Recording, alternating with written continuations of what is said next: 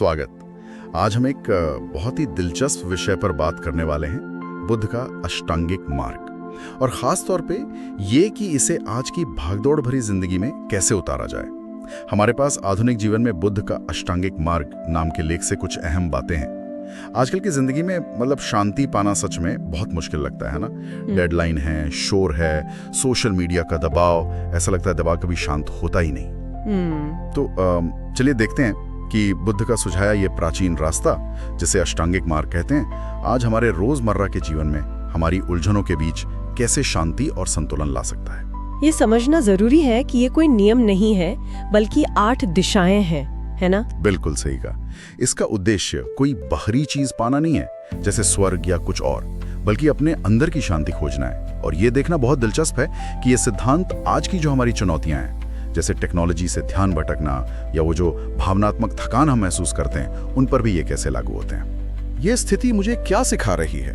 हाँ, और यहाँ महत्वपूर्ण ये है कि ये सिर्फ पॉजिटिव सोचना नहीं है।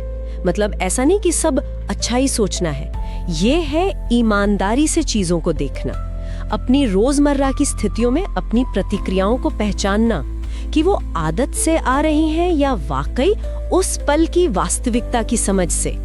ये जानना, ये एहसास होना ही पहला कदम है। अच्छा, ये बात है। अगला है सम्यक संकल्प, राइट इंटेंशन।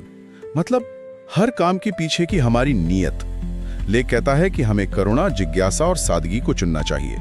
जैसे किसी जरूरी बातचीत या कोई काम शुरू करने से पहले खुद से पूछना, क्या ये शांति से आ रहा है या किसी दबाव से? बिल्कुल, और ये इरादे की शक्ति है। ये सिर्फ बड़े फैसलों में नहीं, बल्कि छोटे छोटे पलों में भी काम करती है।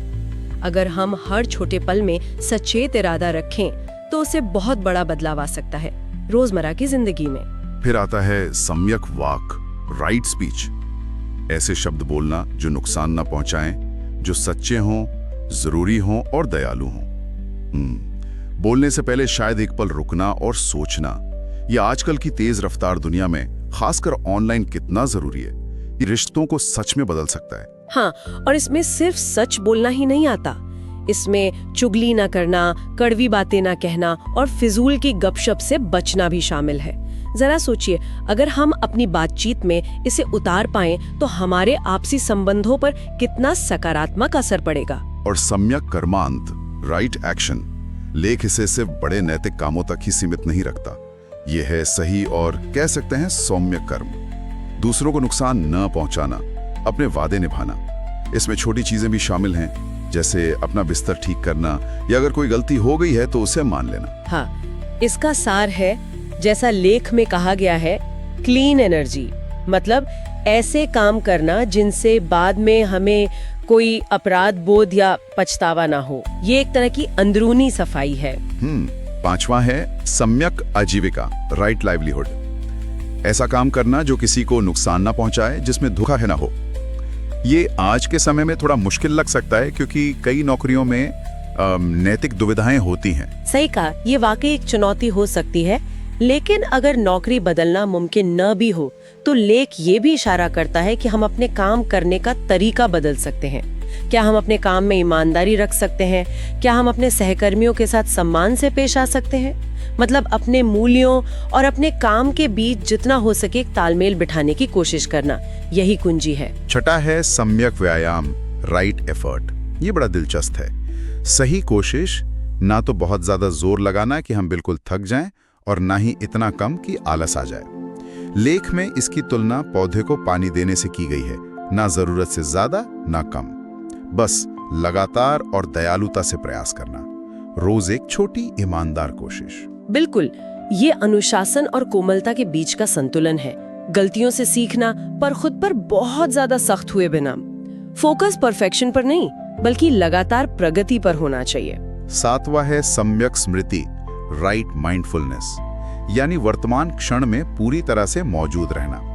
आजकल माइंडफुलनेस की बहुत बात होती है।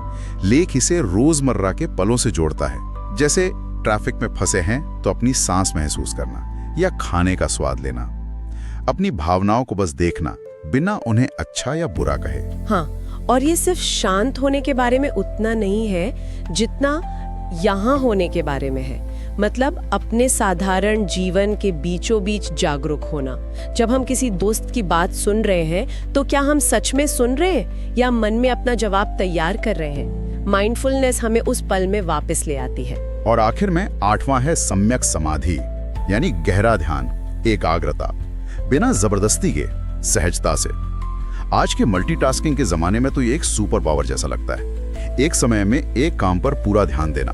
बिल्कुल, और ये कोई जबरदस्ती वाला ध्यान नहीं है, बल्कि एक तरह का सहज प्रवाह है जिसे फ्लो स्टेट भी कहते हैं।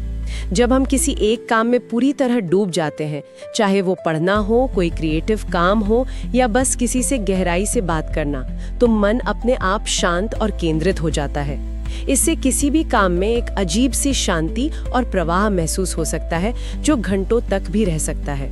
ये भटकते हुए मन को एक ठहराव देता है। तो कुल मिलाकर देखें तो ये अष्टांगिक मार्ग कोई बहुत पुरानी या दूर की आध्यात्मिक बात नहीं लगती। ये तो अभी के लिए ऐसा लगता है जैसे हर पल एक चौराहा है, एक रास्ता चिंता की ओर जाता है और दूसरा शांति की ओर। ये हमारे हाथ में है कि कौन सा चुने। और सबसे दिलचस्प बात यह है कि इस शांति के लिए किसी मठ या किसी खास जगह जाने की जरूरत नहीं है। ये अभ्यास तो यही हो सकता है, हमारे ऑफिस में, घर पर, ट्रैफिक में फंसे हुए। ये बस 8 छोटे लेकिन गहरे सच्चे कदमों की दूरी पर है। हाँ, शायद जरूरत बस इस बात की है कि हम उस जीवन में पूरी तरह से मौजूद रहें जो पहले से ही हमारा है, बस थोड़ी और जागरूकता के साथ। बिल्कुल, और इस पर विचार करने के लिए एक बात छोड़ जाते हैं। क्या रोजमर्रा के इन छोटे छोटे पलों में सचेत चुनाव करके हम वास्तव में सिर्फ तनाव ही कम करते हैं, या ये हमें जीवन का कोई गहरा अर्थ और संतोष खोजने में भी मदद कर सकते हैं? इस पर सोचा जा सकता है।